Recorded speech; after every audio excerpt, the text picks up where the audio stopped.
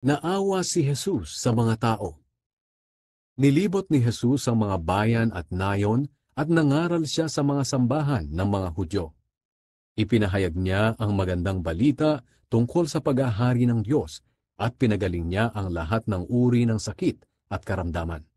Nang makita ni Jesus ang napakaraming tao, naawa siya sa kanila dahil napakarami ng kanilang mga problema pero wala man lang tumutulong sa kanila.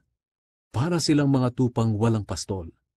Kaya sinabi niya sa mga tagasunod niya, "Marami ang aanihin, pero kakaunti ang tagapag-ani.